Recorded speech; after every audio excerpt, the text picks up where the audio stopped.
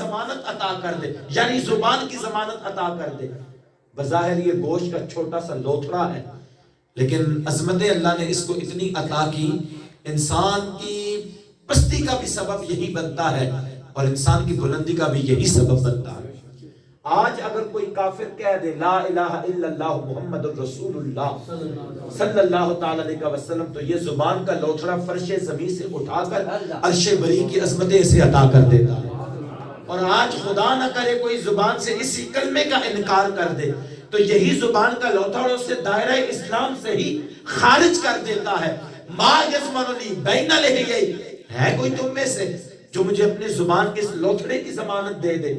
اچھا حضرت انسان ہے نا، یہ جب بھی کوئی کام کرتا ہے تو اجرت کا پہلے سوال کرتا ہے، جزا اس کے ذہن میں پہلے ہوتی ہے۔ صحابہ بول پڑے، عرض کی یا رسول اللہ، ہم اپنی زبانوں کی ضمانت عطا کرتے ہیں، پر بدلے میں آپ ہمیں کیا عطا کریں گے؟ ہم اپنی زبانوں کی ضمانت عطا کرتے ہیں، بدلے میں آپ کیا عطا کریں گے؟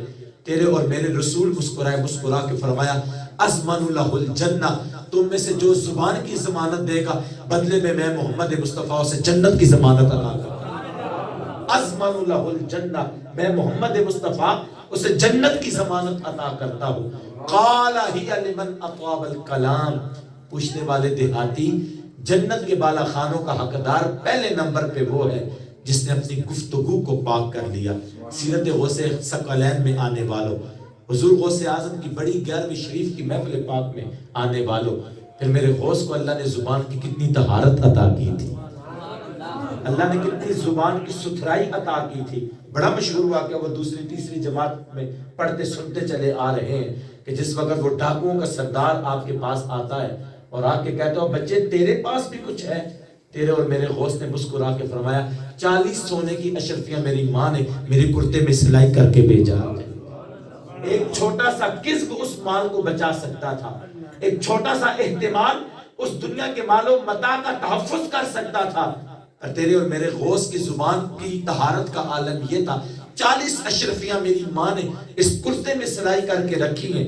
جب وہ کرتے کی طرف ہاتھ بڑھاتا ہے، ہاتھ اس کا اشرفیوں تک پہنچتا ہے، اور میرے غوث کی پھر جب نظر اٹھتی ہے اس کے دل تک پہنچتی ہے، تو پھر خالق کائنات نے خالی دل اس کا بھی نہیں چھوڑا، وہ جو ڈاکو بن کے آیا تھا پروردگار نے ایمان کی دولت سے اسے سرفراز فرما دیا۔ قال ہی لمن اطاب الکلام، پہلے نمبر پہ حقدار وہ ہے جس نے گفتگو کو پاک کیا۔ آقا اس سے آگے اطعام الطعام، جو رب کی رضا کی خاطر لوگوں کو کھانا کھلاتا ہے، جو رب کی رضا کی خاطر لوگوں کو کھانا کھلاتا ہے۔ پوچھا گیا نا یا رسول اللہ صلی اللہ تعالی علیہ وسلم، حضور بہترین دین کیا ہے؟ تو تیرے اور میرے رسول نے فرمایا اطعام الطعام، سب سے بہترین دین یہ ہے اللہ کی رضا کے لیے لوگوں کو کھانا کھلانا۔ آج میں کہتا ہوں یہ بڑی ہمت ہے خادم الفقراء جناب مولانا گلباز قادری صاحب کی، ہر مہینے 11ویں شریف کا اہتمام کرتے ہیں، اور میں یہ سمجھتا ہوں بڑی خوش نصیبی کی بات ہے جس عقیدت، محبت، ادب، احترام، خلوص کے ساتھ یہ لوگوں کو رب کی رضا کے لیے ان کی مہمان نوازی کرتے ہیں۔ یہ میرے غوث اعظم رضی اللہ تعالیٰ عنہ کی سنت ہے۔ آپ اٹھائیں قلائد الجواہر کو اٹھا لیں، بنیت الطالبین کو اٹھا لیں، ہر چاند کی 11 تاریخ کو دور دراز سے لوگ آپ کی صحبت میں آیا کرتے تھے۔ اب 11ویں یہی ہے، میں نے آج بھی خطبہ جمعۃ المبارک میں یہ جملے ارشاد فرمائے، لوگوں جتنا علمی دور آ چکا ہے نا، اب نہ فتوے حضور کے میلاد پر ہیں، نہ فتوے حضور غوث اعظم کی 11ویں پر ہیں۔ نہ میلاد پہ کوئی فتوے لگاتا ہے، نہ 11ویں پہ کوئی فتوے لگاتا ہے۔ پڑھا لکھا دور ہے، ٹیکنالوجی کا دور ہے، اس جاتے ہوئے دور میں فتوے حضور کا میلاد منانے والوں پر اور 11ویں شریف کے منانے والوں پر، ہمارا وہ کردار نہیں ہے۔ ہم ادھر غلامی رسول کے نعرے لگاتے ہیں اور حال یہ ہے کہ سیرت رسول سے بڑے دور ہیں۔ بڑی 11ویں شریف والے پیر کا نام لیتے ہیں لیکن بڑی 11ویں شریف والے پیر کی سیرت و کردار کو پڑھا ہی نہیں، اس جانب قدم ہی نہیں اٹھایا۔ ہر چاند کی 11 تاریخ کو دور دراز سے لوگ آتے آپ کی صحبت میں، اور جب آتے نا پہلے انہیں محمد مصطفیٰ کا دین سکھایا کرتے تھے۔ عبد الرحمن الجوزی بہت بڑا نام ہے محدثین میں، کہتے ہیں وہ آتے ہیں اپنے دوست عالم کو ساتھ لے کر حضور غوث اعظم کی 11ویں میں، جس وقت وہاں پہ پہنچتے ہیں تو آپ نے آیت مبارکہ پڑھی اور قرآن کی تفسیر فرمائی، تو اس نے سر ہلایا کہ ہاں یہ تفسیر میں جانتا ہوں۔ حضور غوث پاک نے دوسری تفسیر بیان کی، اس نے پھر سر ہلایا، میں اس تفسیر کو بھی جانتا ہوں، تیسری پڑھی سر ہلایا، چوتھی پڑھی سر ہلایا، 11 تفسیر آپ نے بیان کی۔ جب 11 تفاسیر بیان کر چکے نا، وہ سر ہلاتا رہا، میرے غوث مسکرائے، اور قرآن کی 12ویں تفسیر جب کی نا، اس نے سر نہ ہلایا، 13ویں کی سر نہ ہلایا، 14ویں کی سر نہ ہلایا، حتیٰ کہ ایک قرآن کی آیت مبارکہ کی 40 تفسیریں بیان فرما دی۔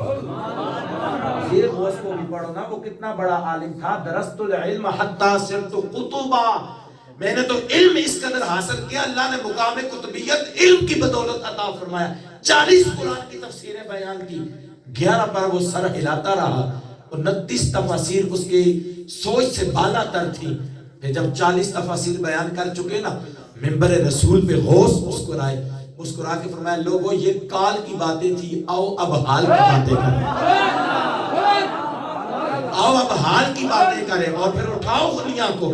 جس وقت میرا غوث حال کی باتیں کیا کرتا تھا، ایک ایک مجلس سے 70 جنازے اٹھا کرتے تھے۔ پھر میرے غوث اعظم رضی اللہ تعالیٰ عنہ لوگوں کو حضور کا دین سکھایا کرتے تھے۔ نعرہ غوثیہ، نعرہ غوثیہ، نعرہ غوثیہ۔ جب دین سکھا لیتے، پھر مہمان نوازی کرتے ہوئے لوگوں کو رب کی رضا کے لیے کھانا کھلاتے، اور اسی کو 11ویں کہتے ہیں۔ یہی تو 11ویں کا پیغام ہے، پہلے لوگوں کو حضور کا دین سکھاؤ، پھر ان کی مہمان نوازی کرتے ہوئے انہیں کھانا کھلا دو۔ یہی تو محمد مصطفیٰ صلی اللہ تعالیٰ علیہ وسلم کے دین کا پیغام ہے، اور یہی تو غوث اعظم رضی اللہ تعالیٰ عنہ کا سیرت و کردار ہے۔ پھر اللہ کی رضا کی خاطر لوگوں کو کھانا کھلاتے۔ امیر المؤمنین ابو بکر صدیق رضی اللہ تعالیٰ عنہ کا حسین دور تھا، ریاست مدینہ تھی اس دور کی۔ لانگری لنگر تقسیم کر رہا تھا، ایک شخص آگے بڑھا، اس نے لوگ کشکول آگے بڑھاتے اور لانگری انہیں لنگر دے دیتا، ایک شخص آگے بڑھا نا، اس نے کشکول آگے کہ اس نے کہا 2 لوگوں کا لنگر چاہیے۔ لنگری نے کہا یہ خلاف معمول بات ہے، لوگ اپنا اپنا کاسا آگے کرتے ہیں، لنگر لے رہے ہیں، تمہیں 2 کا کیوں چاہیے اور کس لیے چاہیے؟ اس نے کہا ایک اپنے لیے چاہیے، اور ایک وہ جو کونے میں بیٹھا ہوا سوکھی ہوئی روٹیاں پانی میں ڈبو ڈبو کے کھا رہا ہے، ایک اس کے لیے چاہیے۔ لنگری مسکرا پڑا، اس نے کہا او ناداں مسلمان، اسی کا دیا تو تقسیم کر رہا ہے، میں اسی کا دیا تو عطا کر رہا ہوں، تقسیم کر رہا ہوں۔ کہا وہ کون ہے؟ کہا جانتا نہیں، کہا میں نہیں جانتا، کہا یہ وقت کا امیر المومنین ابو بکر صدیق رضی اللہ تعالیٰ۔ اتعام الطعام، جس نے اللہ رب العزت کی رضا کی خاطر لوگوں کو کھانا کھلایا۔ مصطفیٰ فرماتے ہیں جنت کے حسین بالا خانوں کا حقدار وہ شخص ہے۔ حضور اس سے آگے وَأَدَامُ الصِّيَامِ، تیرے اور میرے رسول نے فرمایا جو رب کی رضا کی خاطر روزے رکھے، یہ جنت کے بالا خانے انہیں نصیب ہوں گے۔ دیکھ میرے غوث اعظم رضی اللہ تعالیٰ عنہ کی سیرت و کردار کو۔ جس وقت ام الخیر رضی اللہ تعالیٰ عنہ آپ کی والدہ محترمہ سے لوگ جا کے پوچھتے ہیں چاند میں بلیکھا پڑ گیا، 477 ہجری جس وقت آپ کی ولادت باسعادت ہوتی ہے، لوگ بلیکھے میں پڑ گئے کہ چاند طلوع ہوا کہ نہیں، اور جب آپ کی بارگاہ میں آ کے سوال کرتے ہیں آج روزہ ہے کہ نہیں، کہا میں نے تو رکھا ہوا ہے، روزہ ہی ہے۔ کہا اس کی دلیل کیا ہے؟ کہا آج ہم سب کے غوث اعظم رضی اللہ تعالیٰ عنہ نے ماں کا دودھ نوش نہیں فرمایا، آج ہمارے غوث نے دودھ نوش نہیں فرمایا، تو اس کی دلیل یہ ہے کہ رمضان المبارک کا چاند طلوع ہو چکا ہے۔ وصلی اللہ باللیل والناس نیام، چوتھے نمبر پہ جنت کے بالا خانوں کا حقدار وہ ہے جب لوگ آرام کر رہے ہوں اور وہ راتوں کو اٹھ کے رب کی بندگی کر رہا ہو۔ جنت کے بالا خانوں کا حقدار وہ ہے جب لوگ آرام میں ہوں وہ اٹھے اور اپنے رب کو منانے کی کوشش کر رہا ہو۔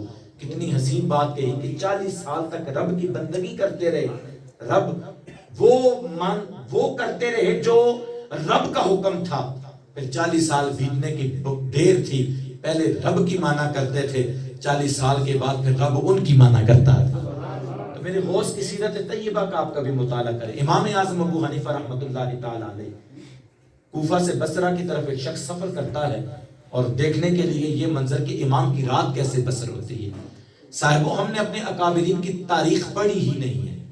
آج لوگ ہم پر جب انگلیاں اٹھاتے ہیں نا تو ہم دب دبا کے بیٹھ جاتے، ہم نے مطالعہ ہی نہیں کیا، ہم نے پڑھا ہی نہیں اپنے اکابرین کو، ہم نے ان کی زندگی کی طرف نظر ہی نہیں دوڑائی، وگرنہ کتنی ستھری زندگیوں کے وہ مالک تھے، کتنی اللہ نے عظمتیں ان لوگوں کو عطا کر رکھی تھی. امام اعظم ابو حنیفہ رحمۃ اللہ تعالی علیہ، وہ شاگرد سفر کر کے جب آپ کی بارگاہ میں پہنچتا ہے، وہ تو اس دو پہ آیا تھا کہ ان کی راتیں کیسے بسر ہوتی ہیں. آپ نے اس کی مہمان نوازی کی، کھانا کھلایا، بستر عطا کر دیا سونے کو، لیکن وہ تو اس طاق میں آیا تھا کہ یہ رات کیسے بسر کرتے ہیں. وہ جب بستر عطا کیا نا، وہ لیٹ گیا. بظاہر یوں محسوس ہوتا تھا کہ وہ آرام کرنے لگ پڑا. میرے امام اعظم ابو حنیفہ رحمۃ اللہ تعالی علیہ نے عالمانہ لباس اتارا. امام اعظم ابو حنیفہ رحمۃ اللہ تعالی علیہ کی بارگاہ میں جب کوئی ملاقات کو آتا تھا تو آپ پیغام بھیجتے، پوچھنے ملنے والے سے پوچھ کے آؤ وہ ملاقات کے لیے آیا ہے کہ درس حدیث سننے کو آیا ہوا. اگر تو وہ کہتا میں رسول اللہ کی حدیث سننے کو آیا ہوں تو پھر باقاعدہ غسل فرماتے، عالمانہ لباس پہنتے، خوشبوئیں لگاتے، منبر پہ جلوہ گر ہوتے، پھر محمد مصطفیٰ کا فرمان انہیں سنایا کرتے. یہ میرے امام اعظم ابو حنیفہ رحمۃ اللہ تعالی علیہ کتنا اہتمام کرتے، لے سانس بھی آہستہ کہ یہ دربار نبی ہے. آج لوگ پتہ نہیں کس بلیکھے میں پڑے ہوئے ہیں. وقت کا امام مالک رحمۃ اللہ تعالی علیہ، جس نے زندگی مدینے میں گزاری پر کبھی قضائے حاجت کے لیے مدینے میں نہ رکا، مدینے سے باہر ہی گیا. ورق بھی الٹتے درس حدیث دیتے ہوئے تو اس ورق کی آواز کو بھی پیدا نہیں ہونے دیتے. کسی نے پوچھا تو جواب دیا، لے سانس بھی آہستہ کہ یہ دربار نبی ہے. یہاں تو لوگ جو ہے وہ قیاس آرائیاں کرتے ہیں، لے سانس بھی آہستہ. میرے برادر مکرم فرما رہے تھے نا کہ اب یہ ٹیکنالوجی کا دور ہے. میں فرقہ واریت کی باتیں نہیں کرتا اور نہ اس فتنے میں پڑھتا ہوں، لیکن حق کو ضرور بیان کرتا ہوں. اس پرفتن دور میں اگر کوئی شخص یہ کہے کہ حضور دیوار کے پیچھے کا نہیں جانتے، حضور کے پاس کوئی اختیار بھی نہیں ہے، آقا اسلام کی نظر کو اللہ نے وہ کمال بھی عطا نہیں کیا، حضور کسی کی بات کو سنتے بھی نہیں ہیں، تو میں نے جواب دیتا ہوں یہ کسی نے اندھیرے میں بیٹھ کے فتویٰ لکھا ہوگا، یہ کسی نے اندھیرے میں قلم اٹھایا ہوگا. بڑے تعجب کی بات ہے، تیری سائنس اور ٹیکنالوجی آج اس مقام پہ پہنچ گئی ہے، پہاڑ کی تہ میں سونا ہو تو وہ جان لیتی ہے کہ اس پہاڑ کی کوک میں سونا ہے. زمین کی جس تہ میں معدنیات ہو تو وہ جان لیتی ہے یہاں پہ گیس ہے، یہاں پہ تیل ہے. پھر معنی اور مفہوم یہ بنا، معاذ اللہ نبی بہت پیچھے رہ گیا، سائنس بڑی آگے جا چکی. ان نکموں کو کون بتائے اور ان عقل کے اندھوں کو کون بتائے. جہاں پہ سائنس ٹیکنالوجی کی انتہا ہوتی ہے وہاں پہ محمد مصطفیٰ کی کمالات کی ابتدا ہوتی ہے. خدا کی عظمتیں کیا ہیں محمد مصطفیٰ جانے، مقام مصطفیٰ کیا ہے بس محمد کا خدا جانے. بندہ نہ مٹ جائے آقا پہ، وہ بندہ کیا ہے پھر بے خبر ہو جو غلاموں سے وہ آقا کیا ہے. امتی جو فریاد کرے حال زار میں پھر ممکن نہیں کہ خیر بشر کو خبر نہ ہو. یہاں تو اللہ نے ولیوں کو بڑا مقام اور مرتبہ عطا فرما رکھا. امام اعظم کی بارگاہ میں وہ شخص آتا ہے، آپ کا شاگرد، دیکھا بستر عطا کر دیا. بستر جب عطا ہو گیا تو آپ نے عالمانہ لباس اتارا، ٹاٹ کا لباس پہنا، فقیرانہ لباس پہنا اور خدا کے گھر میں چلے گئے. یہ اسٹو میں تھا کہ استاد کی رات کیسے بسر ہوتی ہے. دیکھا تو نفل کی ادائیگی شروع ہوگی. جب پڑھنا الحمدللہ رب العالمین تو وجود پہ کپ کپاہٹ طاری ہوئی، الرحمن الرحیم، آنکھوں سے آنسو چھل کے. اور جب کہا مالک یوم الدین، پھر عالم یہ تھا کہ میرے امام کی چیخیں نکلی، غش کھا کے بے ہوش ہو کے زمین پہ تشریف لے آئے. یہ انتظار میں تھا کہ اب ہوتا کیا ہے. بڑی دیر کے بعد جس وقت ہوش آتا ہے اور روتے ہوئے اٹھتے ہیں، رب کے حضور پھر سے کھڑے ہوتے ہیں اور اپنی سفید داڑھی کو پکڑ کے رب کی بارگاہ میں التجا کرتے ہیں، مالک کسی عمل پہ بھروسہ نہیں ہے. حشر کے میدان میں سفید بالوں کی لاج رکھتے ہوئے گناہگار امام اعظم ابو حنیفہ کی بخشش فرما دینا. اور پھر رو کے کہتے ہیں اگر امام اعظم بخشا گیا تو بڑے تعجب کی بات ہوگی. اوہ گوڈے کھڑکن ہڈیاں کمڑ تے اڑ گیا لک تیرا، اجے بھی بدیوں باز نہ آیا، جیو مرد دلیرا. موت پیغام لے کے سر پہ منڈلا رہی ہے اور وقت کا امام امت کو تعلیم کیا دے رہا ہے کہ آنے والا دن بڑا کڑک دن ہوگا، بڑا سخت دن ہوگا. میرے مصطفیٰ نے فرمایا جوان اس وقت تک رب کی بارگاہ سے دور نہیں کیے جائیں گے جب تک وہ اپنی جوانی کا حساب نہ دے دیں کہ وہ جوانی کہاں پہ بسر کر کے آئے ہیں. اس وقت تک رب انہیں اپنی بارگاہ سے جدا نہیں کرے گا. لوٹ اپنے رب کی بارگاہ کی طرف. اور یہی غوث الثقلین کی سیرت و کردار ہے.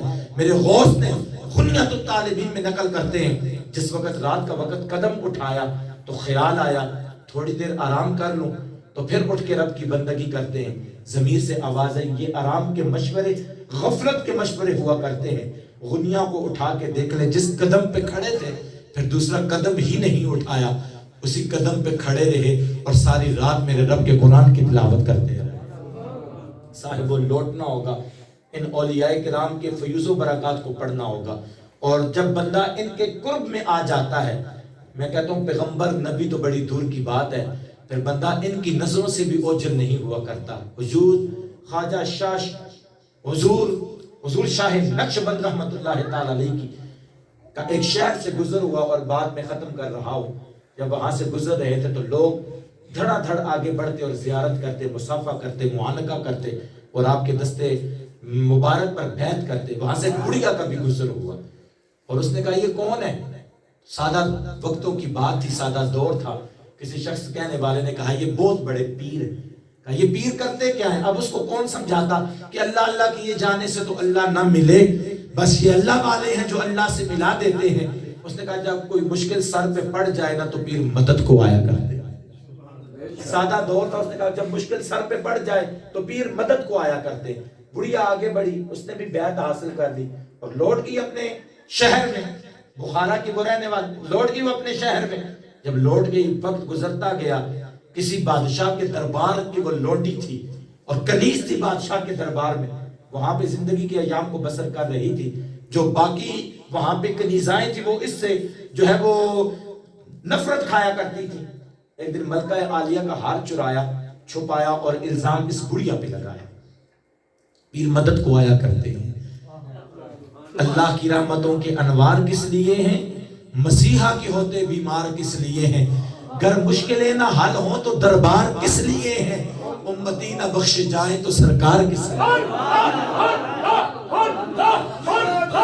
لبیک یا رسول اللہ لبیک لبیک لبیک یا رسول اللہ لبیک لبیک لبیک یا رسول اللہ. اب تو ہمارا میڈیا بھی بول چکا ہے کہ جو جس طرح کی عظمتیں اللہ نے حضور داتا گنج بخش علی حجویری رحمت اللہ تعالیٰ علیہ کو عطا فرمائی ہیں, اس طرح کی رونقیں امیر المجاہدین کے مزار پہ نظر آتی ہیں. اب یہ میڈیا بھی بول چکا ہے, تو کہا پھر گر مشکلیں نہ حل ہوں تو دربار کس لیے ہے؟ پھر امتی نہ بخشے جائیں تو سرکار کس لیے ہے؟ وہ بڑھیا پہ جب وہ اعتراض آتا ہے تو بادشاہوں سے بلاتے ہیں اپنے پاس. وہ روتی رہی, چیختی رہی, چلاتی رہی, دلیلیں دیتی رہی, لیکن کسی نے اس کی نہ سنی. بادشاہ نے کہا اس کو محل کی چھت پہ لے جاؤ اور زمین پہ پٹخ دو تاکہ رہنے والوں کو سبق مل جائے. ان بارگاہوں کے کتنے آداب ہوا کرتے ہیں اور کتنا تقدس ہوا کرتا ہے. بڑھیا کو جب چھت پہ لے کر گئے نا اور پھینکنے لگے, اسے یاد آیا کسی کہنے والے نے کہا تھا جب مشکلیں پڑ جائیں تو پیر مدد کو آیا کرتے ہیں. اس نے بخارا کی طرف منہ کیا نا, اس نے کہا شہنشاہ بغداد, جانتے بھی ہو کہ یہ عمل میں نے نہیں کیا, یہ میرے اوپر سے ایک الزام ہے. اس نے بخارا کی جانب رخ کر کے کہا شیئن للہ چو گدائے مستمد المدد خواہ حمز شاہ نقشبند. پیر کب آؤ گے؟ جب دربار سے پھینک دیں گے, جب میرا نام و نشان تک نہ رہے گا تب آؤ گے. جب یہ جملے اس نے بولے نا بخارا کی جانب رخ کر کے, ادھر جو درباری تھے انہوں نے دھکا دیا چھت سے تاکہ یہ زمین پہ گر پڑے. ابھی یہ زمین پر نہیں پہنچی تھی, شاہ نقشبند بخارا سے ہاتھ پھیلا کے زمین پہ کھڑا تھا. اپنی جب مریدنی کو ہاتھوں پہ پکڑا اور زمین پہ صحیح سلامت کھڑا کیا نا تو اس کی آنکھوں سے آنسو چھل کے حیران ہو کے جب پیر کو دیکھا تو کہا آپ کب آئے, اتنی جلدی آپ کب آئے؟ حضور شاہ نقشبند مسکرا پڑے, مسکرا کے فرمایا تو از چبارہ آمدی من از بخارا آمدم. تو چبارے سے چلی تھی, میں ادھر بخارا سے چل چکا تھا. میں اللہ کی رحمتوں کی انوار کس لیے ہیں؟ مسیحا کی ہوتے بیمار کس لیے ہیں؟ گر مشکلیں نہ حل ہوں تو دربار کس لیے ہیں؟ پھر امتی نہ بخش جائیں تو سرکار کس لیے ہے؟ تو کہا لوٹ اپنے رب کی بارگاہ کی طرف.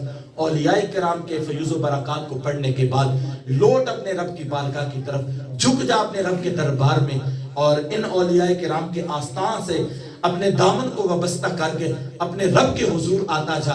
اقبال اسی بات کی ترجمانی کر کے کہتا ہے ہم تو مائل بکرم ہیں کوئی سائل ہی نہیں, راہ دکھلائیں کسے کوئی رہ رب منزل ہی نہیں, کوئی قابل ہو تو ہم شانے کئی دیتے ہیں, پھر ڈھونڈنے والوں کو دنیا بھی نہیں دیتے.